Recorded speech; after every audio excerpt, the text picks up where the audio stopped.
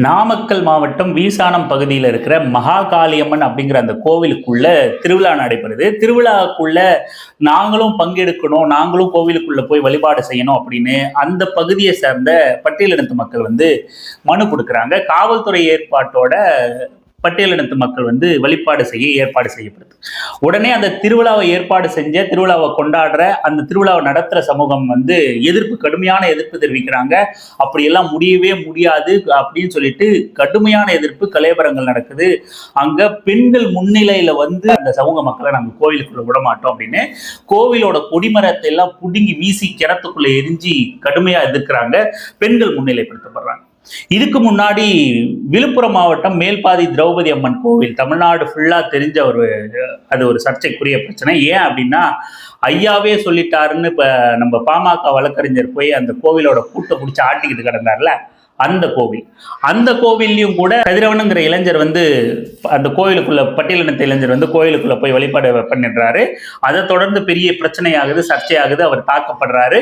உடனடியாக அது வழக்கா மாறுது. 2 வருஷம் கோவில் பூட்டப்படுது. 2 வருஷம் முடிஞ்சு கடந்த ஏப்ரல் 17ஆம் தேதி மறுபடியும் கோவில் திறக்கப்பட்டு கடுமையான காவல்துறை பாதுகாப்போட வழிபாடு செய்ய அனுமதிக்கப்படுறாங்க.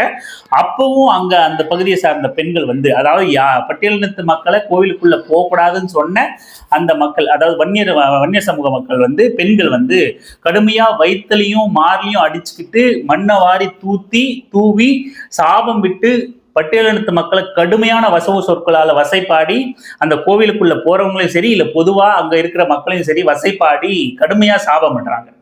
இப்படி நாமக்கல்ல அந்த மகாகாளியம்மன் கோவிலா இருக்கட்டும், மேல்பாதி திரௌபதி அம்மன் கோவிலா இருக்கட்டும், இன்னும் பல்வேறு இடங்கள்ல வெளிவராம இது தொடர்ச்சியா தமிழ்நாடு முழுக்க நடந்துகிட்டு தான் இருக்கு. இந்த கோவில் நுழைவு பிரச்சனை, வழிபாட்டு பிரச்சனை அப்படிங்கிறது எல்லா இடத்துலயும் இந்த மாதிரியான சம்பவங்கள் நடைபெறும் போதெல்லாம் பெண்கள் முன்னிறுத்தப்படுறாங்க. பெண்கள் பட்டியலினத்து மக்கள் கோவிலுக்குள்ள நுழைவதை தடுக்கிறாங்க, போராட்டம் பண்றாங்க, கலேபரம் பண்றாங்க.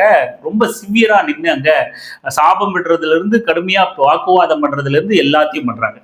இப்போ இந்த சம்பவங்கள் எல்லாம் நம்ம தொடர்ச்சியா கவனிக்கும் போது நம்ம குறிப்பா 2 விடயங்களை நம்ம கவனிக்க வேண்டியதா இருக்கு. மிக முக்கியமான விஷயங்கள். இதை நீங்க பாதிக்கிற பக்கம் இருக்கிற இளைஞர்களா இல்ல மக்களா இருந்தாலும் சரி, இல்ல பாதிப்பை ஏற்படுத்துற ஆதிக்க சிந்தனையில இல்லப்பா கோவிலுக்குள்ள விடக்கூடாது, அதுதானே நியாயம் அப்படின்னு நினைக்கிறவங்களா இருந்தாலும் சரி, இந்த பதிவை கொஞ்சம் முழுமையா பாத்தீங்கன்னா உங்களுக்குள்ள ஒரு சிந்தனை தெளிவு ஏற்பட வாய்ப்பு இருக்குன்னு நாங்க நம்புறோம். அந்த விவரமா பேசலாம் வாங்க. அனைவருக்கும் அரசியல் வெங்காயத்தின் அன்பு வணக்கம். ஆண்ட பரம்பரை என்னும் ஜாதிய மனநோய்க்கு எதிராக நாம் களம் காணுவது இன்றியமையாதது என்று நீங்கள் கருதினால், தங்களுக்கு வாய்ப்பு இருந்தால் நமது அரசியல் வெங்காயம் சேனல் வளர்ச்சிக்கு நீங்களும் பங்களிக்கலாம்.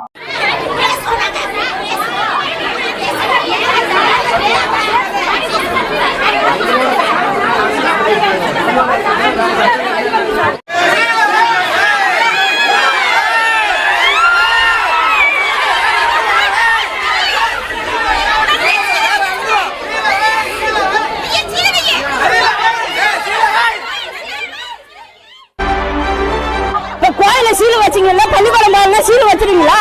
அவங்களுக்கு சம உரிமை கொடுக்குறீங்க, எல்லாம் அவங்களுக்குன்னு கொடுக்குறீங்க. எவ்வளவு கொடுக்குறீங்களா?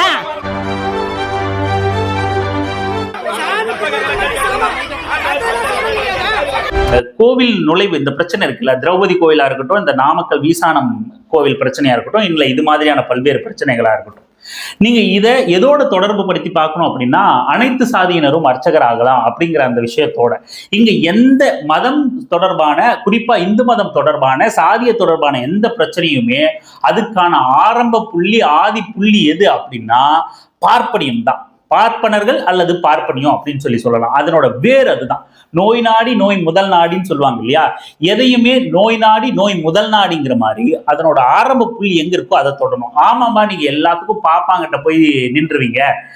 பாப்பானா இங்க கோயிலுக்குள்ள போகக்கூடாதுன்னு சொன்னா, இங்க திரௌபதி கோவில்லையும் நாமக்கல் வீசானம் மாரியம்மன் கோவில்லையும், மாரியம்மன் கோவிலுக்கும் பாப்பானுக்கும் என்ன சம்பந்தம், அவனா உள்ள போக கூடாதுன்னு சொன்னா அப்படின்னு உங்களுக்குள்ள டக்குன்னு கேள்வி எழுந்துச்சுன்னு வச்சுங்களேன். இதை நீங்க கேட்கும் போது உங்களுக்கு அதுல ஒரு தெளிவு கிடைச்சிடும். இப்போ அனைத்து சாதியினரும் அர்ச்சகர் ஆகலாம் அப்படின்னு தமிழ்நாடு அரசு ஒரு சட்டம் இயற்றப்ப, அது ஒரு அந்த சட்டத்தை நடைமுறை கொண்டு வரப்ப உடனடியா எல்லாரும் வழக்குக்கு போறான், எல்லாமே பல விஷயங்கள் நடந்துச்சு. ஆனா நடைமுறைக்கு வந்துச்சு. அப்படி அனைத்து சாதியினரும் அர்ச்சகர் ஆகலாம் அப்படிங்கிற அந்த விஷயம் செயல்பாட்டுக்கு வந்த உடனே எல்லாரும் பார்ப்பனர்கள் எல்லாம் என்ன பண்ணாங்க அப்படின்னு நீங்க கவனிச்சீங்கன்னா, இல்ல கோவில்ல இனி கடவுள் இல்ல, கருவறைக்குள்ள இனி கடவுள் இல்ல, கடவுளை ஆவாகனம் செஞ்சு நாமெல்லாம் வீட்டுக்கு கொண்டு போயிடலாம் அப்படின்னு ஒரு பாப்பா உட்காந்து பேசிட்டு இருந்தான்.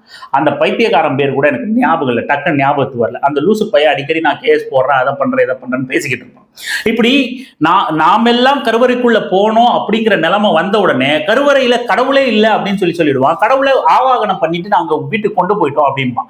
அப்ப நீ கருவறைக்குள்ள போறதுல பிரயோஜனம் இல்லை, கடவுள்லாம் இங்க பாப்பா வீட்டுலதான் இருக்கான், நீ பாப்பாங்கால வந்து விழுந்து கடை அப்படின்னு சொல்லுவான். நீங்க அந்த விஷயத்தையும் இங்க நாமெல்லாம் அனைத்து இந்துக்களும் அர்ச்சகர் ஆகலாம் அப்படின்ன உடனே கருவறைக்குள்ள கடவுள் இல்லைன்னு சொன்ன விஷயத்தையும் பட்டியலினத்து மக்கள் அம்மன் கோயிலுக்குள்ள வரலாம் அப்படின்னு சொன்ன உடனே எங்களுக்கு கோவிலே தீட்டுப்பட்டுருச்சு, கோவிலே வேண்டாம், கோவிலையே நாங்க இடிப்போம் அப்படின்னு சொல்றதும் ஏன் இடிக்கவும் செஞ்சிருக்காங்க. நாமளே அதை பேசியிருக்கோம். வேலூர் மாவட்டம் கேவி குப்பத்துக்கு பக்கத்துல பெருமாங்குப்பம் அப்படிங்கிற அந்த கிராமத்துக்குள்ள ஒரு சின்ன கோவில் ஒண்ணு பட்டியலினத்து மக்கள் உள்ள வந்துட்டாங்க அப்படின்னு உடனே அதை இடிச்சே தள்ளிட்டாங்க. இப்படி இங்க கோவில் இந்து மதம் அப்படிங்கிறது, மதம்ங்கிறது பிரச்சனை இல்லை, கடவுளுங்கிறது இங்க ஒரு பவர்லெஸ் அப்படிங்கிறது தான் சொல்லணும். கடவுளுக்கு சக்தியே கிடையாது இந்து மதத்தில். கடவுள் நீ எந்த கடவுள், எத்தனை கடவுள், எந்தெந்த ஊருக்கு வேணா கூட போய் நீ சிவனை கும்பிட்டுக்க, பெருமாளை கும்பிட்டுக்க, முருகனை கும்பிட்டுக்க, யாரை வேணா கும்பிட்டுக்க, அது பிரச்சனையே கிடையாது. கடவுளுக்கு இங்க சக்தியே கிடையாது. ஜாதிக்கு தான் இந்து மதத்துல சக்தி, ஜாதி தான் முதன்மை. அப்ப அங்க நான் கருவறைக்குள்ள நான் வருவேன் அப்படின்ன உடனே அங்க கடவுள் இல்லைன்னு பாப்பான்னு சொல்லிட்டான். இங்க கோவிலுக்குள்ள நான் வருவேன் அப்படின்ன உடனே கோவிலே தீட்டுப்பட்டுருச்சு, கோவிலுக்கே சக்தி இல்லை, அங்க தெய்வமே இல்லை, கோவிலே இடிப்பேன்னு சொல்லிட்டு கோவில் இடிக்கிறான், இடிக்கிறேன்னு கிளம்புறான். நாமக்கல்ல கோவில் கொடிமரத்தெல்லாம் பிடிக்கி கிணத்துல வச்சுட்டாங்க. இது இது இது இது இது வந்து இந்த பார்ப்பனியத்திலிருந்து இங்க இடைநிலை சாதிகள் வரைக்கும் அந்த இந்து மத மயக்கத்துல இருக்கிற பார்ப்பானோட ஆதிக்க சிந்தனை மூளையில ஏறி போனவங்க தொடர்ச்சியா அந்த ஃபார்மேட் அப்படியே நடக்குது பாருங்க. எல்லாமே ஒண்ணுதான், எல்லாமே பார்ப்பனியத்திலிருந்து வர்றதா. ரெண்டாவதா நீங்க கவனிக்கணும் அப்படின்னா, நம்ம ரெண்டு சொன்னோம்ல, அந்த ரெண்டாவதா நீங்க கவனிக்கணும் அப்படின்னா, அங்க அனைத்து சாதியினரும் அர்ச்சகர் ஆகலாம்னு சொன்னப்போ கூட பாப்பானுங்க ஒரு பக்கம் கோர்ட்டு கேஸ் அப்படின்னு போனாலும் கூட அங்க பார்ப்பன வீட்டு பெண்கள் வந்து எல்லா இடத்துலயும் பேட்டி கொடுக்க ஆரம்பிச்சாங்க.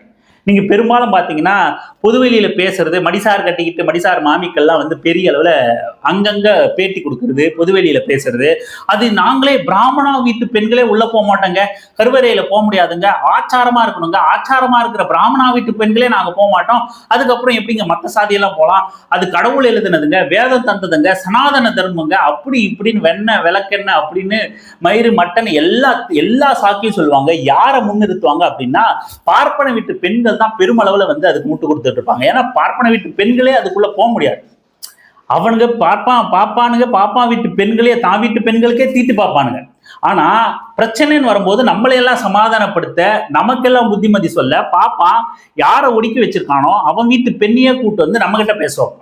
அதே போலதான் இங்க இடைநிலை சாதிகளுக்குள்ள அம்மன் கோவில்களுக்குள்ள என்ன ஊர் கட்டுப்பாட்டுகள், இந்த பார்ப்பனிய கடவுள்கள் வந்து பாப்பா கட்டுப்பாட்டுக்குள்ள இருக்கும். அவன் சாஸ்திரத்தை சொல்லிக்கிட்டு இருப்பான். அவனால மூளையை பாதிக்கப்பட்ட இவன் இடைநிலை சாதி என்ன பண்ணுவான் அப்படின்னா, அம்மன் கோவில்கள்லாம் ஊர் கட்டுப்பாட்டுக்குள்ள தர்மகத்தா, கவுண்டரு, மேட்டுக்குடி இவனுங்க பதவி போட்டு வச்சுட்டு இருப்பானுங்க இல்லையா, இவங்க எல்லாம் என்ன பண்ணுவானுங்கன்னா அதே ஃபார்மேட்டை ஃபாலோ பண்ணி நிர்வாகத்துல ஃபுல்லா ஆண்கள் தான் இருப்பாங்க.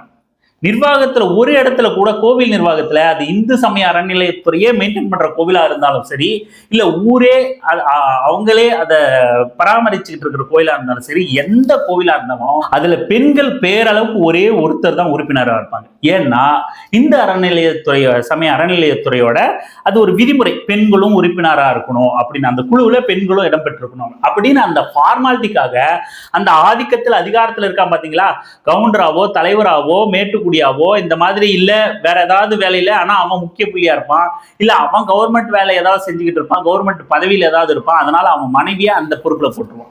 ஆனா செயல்படுறது, முடிவெடுக்கிறது, நிர்வாகம் பண்றது எல்லாமே அவன் தான் பண்ணிட்டு இருப்பான், ஆண் தான். அப்படி இந்த கோவில் நிர்வாகத்துல நிர்வாகம் பண்றது எல்லாம், ஒரு உண்டியல் பராமரிக்கிறது, உண்டியல் என்றது, வரவு செலவு பார்க்கறது, கோவில் நிர்வாகம் பண்றது, எதுலயும் பெண்களுக்கு இடம் இருக்காது. பெண்களை கோவிலுக்குள்ள தீட்டுன்னு சொல்லுவான். அத்தனை கொடுமைகளையும் இங்க மாரியம்மன் கோவில்லையும் அந்த ஊர் பெண்களும் அந்த சாதி பெண்களும் அனுபவிச்சுட்டு தான் இருப்பாங்க. ஆனா மேல்பாதி மாதிரியோ நாமக்கல் மகா மாரியம்மன் கோயில் மாதிரியோ ஏதாவது பிரச்சனை வந்தா அங்க வரிசையா பெண்களை கூட்டு வந்து நிப்பாட்டி பேச வைப்பாங்க, சாப விட வைப்பாங்க, மண்ணை மாதிரி தூத்த வைப்பாங்க. கான்செப்ட் ஒண்ணுதான், பொதுமக்களை பொது புத்தியை நம்மளை ஏமாத்தும். அங்க ஆண்கள் வந்து பேசுறான், ஆண்கள் நின்றான்னா அவன் ஜாதி வெறியன், அவன் ஏதோ அங்க லாபம் அடைஞ்சுக்கிட்டு இருக்கான், கொள்ளையடிச்சு தின்னுகிட்டு இருக்கான் அப்படின்னு பொதுமக்களை முடிவுக்கு வந்துருவாங்க. அங்க ஆண்களா வந்து இந்த கோவில் பிரச்சனையில ஆண்களா வந்து போராட்டம் பண்றாங்க அப்படின்னா இவன் ஏதோ திருடி தின்னுகிட்டு இருக்கான், கோவில்னால வயிறு வளர்த்துக்கிட்டு இருக்கான், அதனால அவன் வந்து பேசிக்கிட்டு இருக்கான் விடாம அப்படின்னு பொதுமக்களே முடிவுக்கு வந்துருவாங்க, பாக்குறவங்களும் முடிவுக்கு வந்துருவாங்க. ஆனா பெண்களை இன்னைக்கு வச்சு பேச விட்டோம்னா, சாபம் விட விட்டோம்னா, சபிக்க விட்டோம்னா, மண்ணவாரி தூத்த விட்டோம்னா, வயிற்றுலி மாறலி அடிக்க விட்டோம்னா இது பண்பாட்டு ரீதியில அப்படியே ஃபாலோ பண்றாங்கப்பா. குடும்பங்கள் அப்படித்தான் இதை பின்பற்றிக்கிட்டு வருது பாரு. பெண்களே முன்ன வந்து பிரச்சனை பண்றாங்க, பெண்களே தடுக்கிறாங்க. இது வெறும் ஜாதி வெறி ஆண்கள் பண்ற பிரச்சனை மட்டும் கிடையாது, இது அந்த பண்பாட்டு ரீதியிலான பிரச்சனை. அப்போ இதை நம்ம கொஞ்சம் பார்த்து ஹேண்டில் பண்ணோம். அப்போ பெண்கள் வீதிக்கு வராங்கன்னா இதுல ஏதோ பிரச்சனை இருக்கு அப்படின்னு பாக்குற பொதுமக்களும் பொது புத்தியும் சிந்திக்கணும் அப்படிங்கிறதுனால, அதை நம்பணும் அப்படிங்கிறதுனால இங்க பெண்கள் முன்னிறுத்தப்படுறாங்க.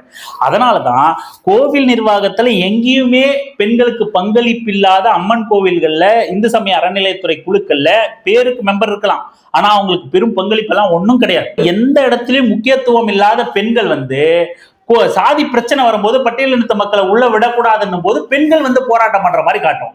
அதே போல கருவறைக்குள்ளேயே அனுமதிக்கப்படாம தன் சொந்த வீட்டு ஆண்களாலேயே தீட்டு பார்க்கப்படுற பார்ப்பன வீட்டு பெண்கள் வந்து கருவறைக்குள்ள அனைத்து சாதியினரும் அனைத்து இந்துக்களும் அர்ச்சகர் ஆகலான்னு போது பாப்பா வீட்டு பெண்கள் பாப்பா யார தீட்டுன்னு சொல்றான்னா அவங்க வந்து நம்ம கிட்ட மனு தர்ம சாஸ்திரம் இதான்னு நொட்டிக்கிட்டு இருப்பாங்க. இந்த உளவியலை நீங்க புரிஞ்சுக்குங்க. பெண்கள் நீங்க ஒடுக்கப்படுறீங்க, உங்களை வச்சுக்கிட்டே இந்த ஆண் சமூகம் சுரண்டி தின்னுகிட்டு இருக்கு.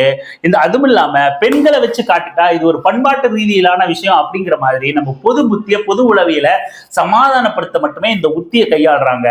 மேல் பாதியிலும் பெண்கள் முன்னிலைப்படுத்தப்படுறதுக்கு காரணம் அதுதான். நாமக்கல் வீசாணம்லயும் பெண்கள் முன்னிலைப்படுத்தப்படுறதுக்கு காரணம் அதுதான். நீங்க ஜென்ரலா பொதுவா பாத்தீங்கன்னா எங்கேயுமே அவ்வளவு காவல்துறை கெடுபிடிகளையும் செய்திகள்ல வர்றதை பார்த்தோம், நீதிமன்றம் தலையிடுறத பார்த்தோம்.